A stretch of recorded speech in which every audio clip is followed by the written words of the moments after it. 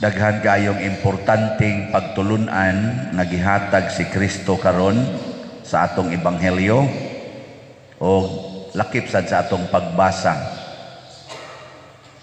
Si Jesus nagdiklaro gid niya kaya ang iyaning giistorya ang kadto namang nagkuyog niya ba pras nato gud nanimba mao na iyang giistoryahan kay do na may usa sa nagkuyog niya nga niingon jutay rabay maluwas sa may tubag na Hesus, paningkamot mo pagsulod sa sigpit nga ganghaan kay daghan ang musuway pero di makasulod.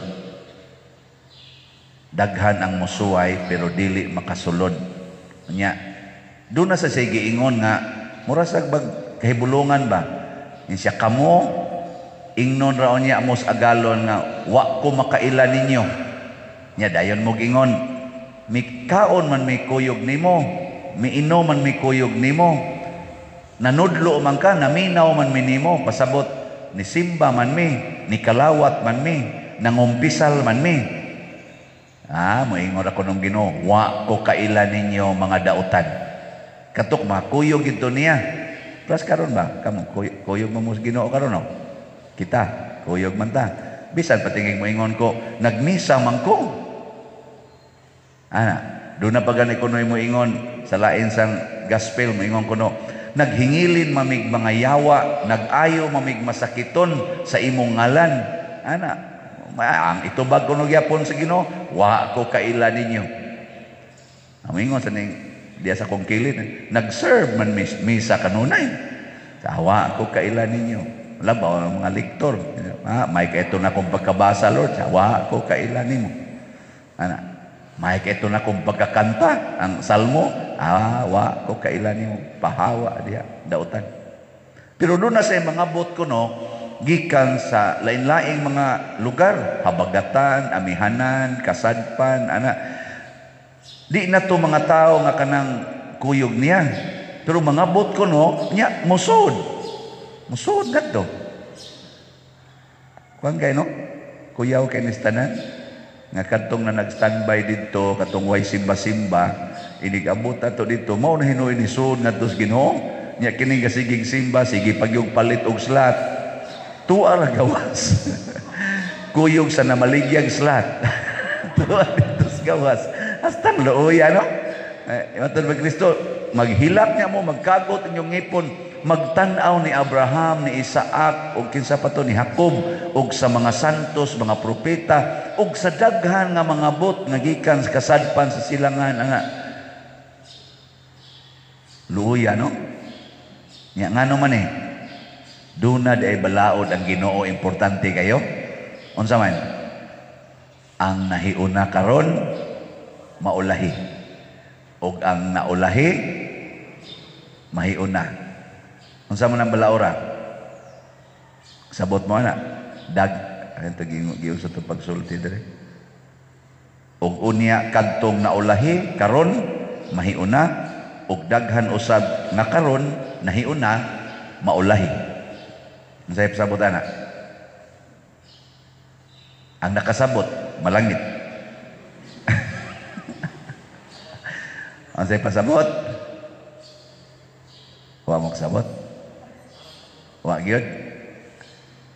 Pariyata.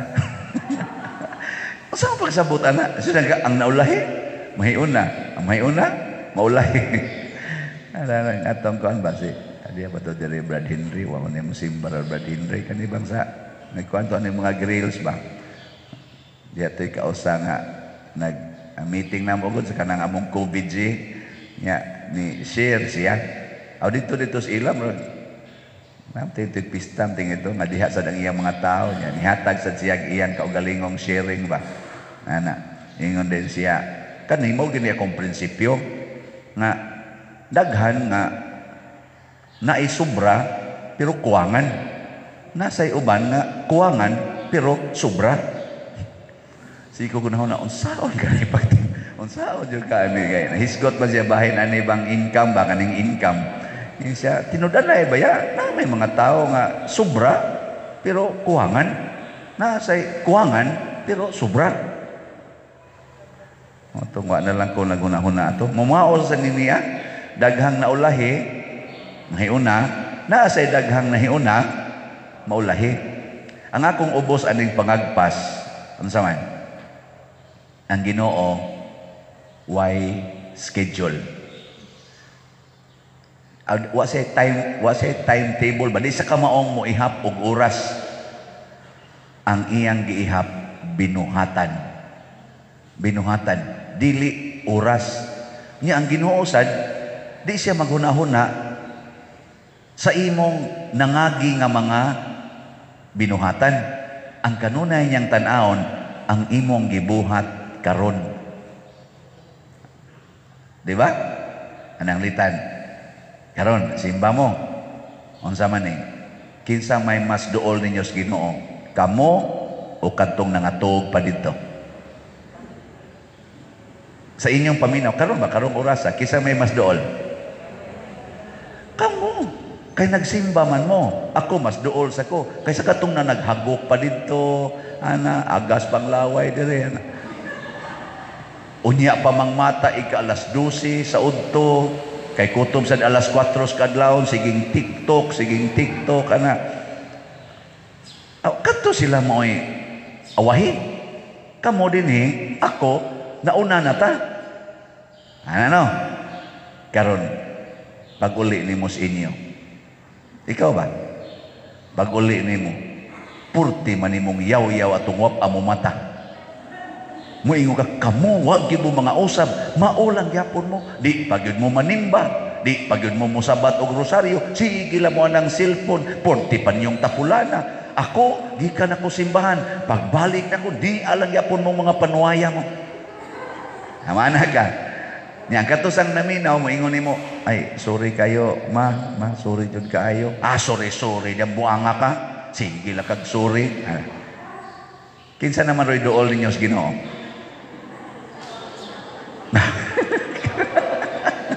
Ha? Kinsa man? Ang katong nagpaubos, katong nangayo og pasaylo. Ikaw nga wa mo pasaylo tungod sa imong kalagot, nya gikan ba jud kag simbahan, naawahi na sagka. Pasabot din asa ka makasud. Kay ini kaulahin nimo siradaan man kunong pultahan. Ikasirado sa pultahan, bisa kung saon pa nimong tok-tok din agi naablihan. Unya naawahi man ka. Awa na. Ug mamatay ka ng gutloa or magdungan mong kamatay, kadtong gahigda aga-agas laway, mas makasuod sa langit. Ikaw noon, naperti ni mo din tubag-tubag, Ginoo na, sa panang imong tubag-tubag dali. Oy, awahi ka, niya mo balik dito. Lord, ngano man ang akong anak nga sigim na nagkatug, ngano man ay naumaw naman ay nalangit, ako hinoon, nagikang kong simbahan atong muna, wa naman akong kumalangit, nga ni kalawat man ko nimo. Yung ginawa ko kailan nimo, mga dautan. Kaya gitanaw sa Ginoo ang atong katapusang binuhatan. Kana gyud importante kay nang katapusang binuhatan. Ikaw niya padir, tapulan man to kay padir. Wa man to, grabiha sa Ginoo. Ang bote mo sa Ginoo. Ingon man siya, your way is not my way, and my way is not your way. Ang paagi sa inyong paghukom, lahi sa ako.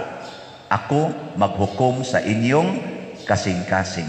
Muna diri sa unang pagbasa, si San Pablo naghisgot siya nga, di ta kamaong muampo. Katong gaagas ang laway, kamao dito muampo. Perti man katuga ato, TikTok ramay kamahuan ato.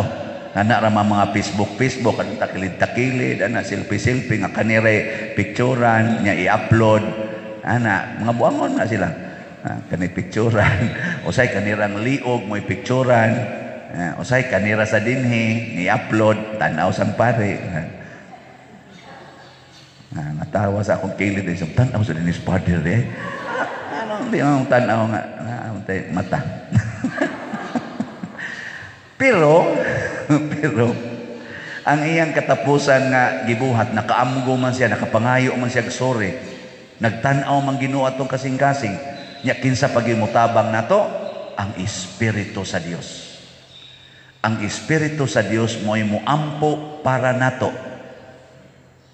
Kinahanglan di ay nga kamautang maminaw sa Espiritu sa Dios. Nya kining Espiritu sa Dios magsigi ginigsulti nato, magsigi ginigsulti nato 24/7. Naghuwat siya kanus-a ka maminaw.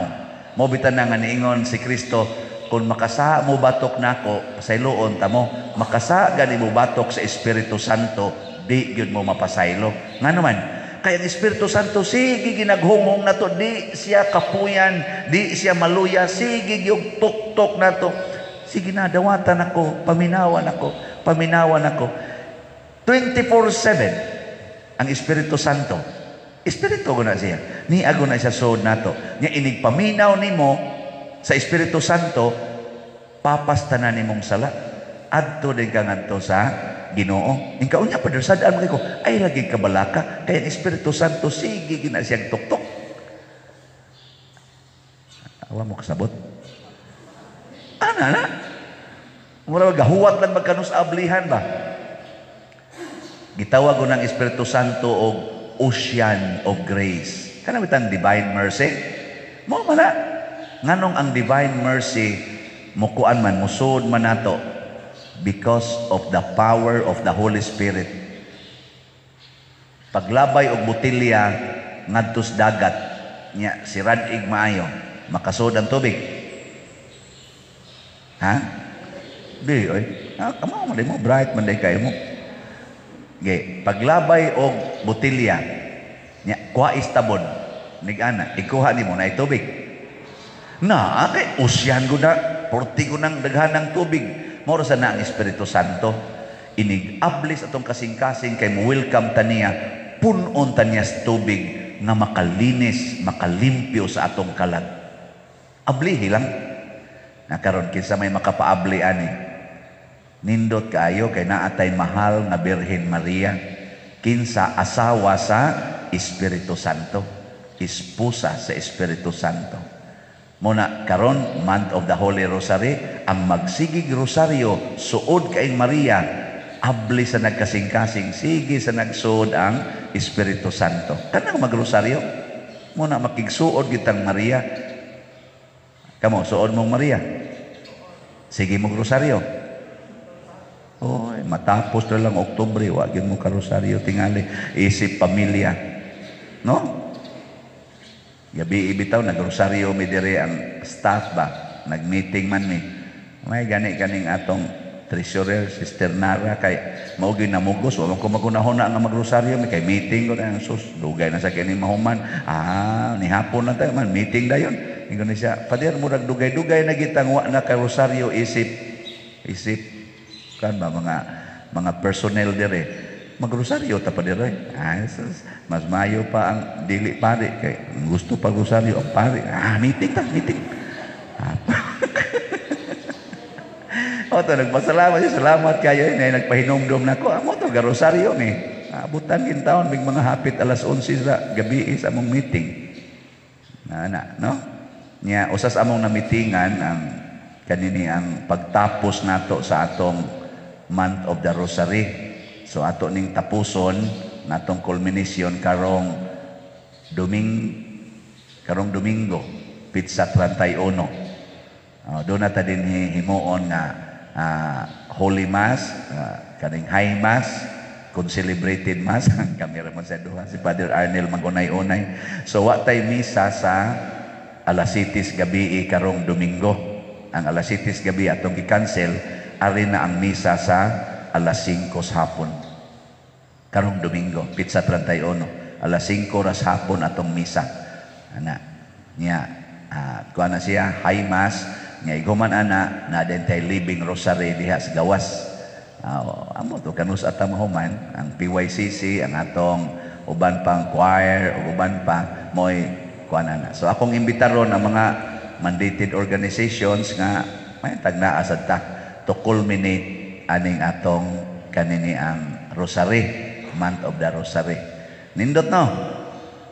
Awa mo nindot eh. Kana bang ato bang i-highlight si Mother Mary? Huwag tanang na joke-joke nga anang gisiradaan ko nung St. Peter ang kuan, ang pultahan, ang main door ba? Hibuong man St. Peter paglingi niya, ang iyang gisiradaan, tuan na masulod. Siya, Ngano nakasuod mo na yang gitawag ang anghel? Ako tong gibalibaran diri ngano nakasuod man to siya. Si Kuan, inahan ni Kristo, si Mama Mary, nangablis bintana, tuwa, gipakatkas bintana, gikuha.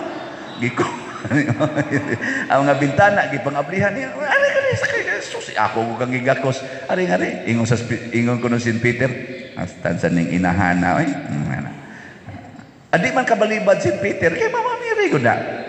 Nang Mary's embrace, kada na to rosaryo, i-embrace tang Mama Mary, niya, o bitaron kita siyawa, makasa kita, ay kabalaka, makuptan na yung kang Mama Mary. Ano? Pamalit na mo. Ang di mo palit, buhian ni Mama Mary. Ang di mo palit, mali. Maulahi. Ang mo palit, mauna. So, di ra na binuang ra na ako istorya, pero may pagkatinood, baya sana. Ano di masaka mo palit ko, no, nga na man kay ikapalit. Buangon ka. Sige na, nindog na ta.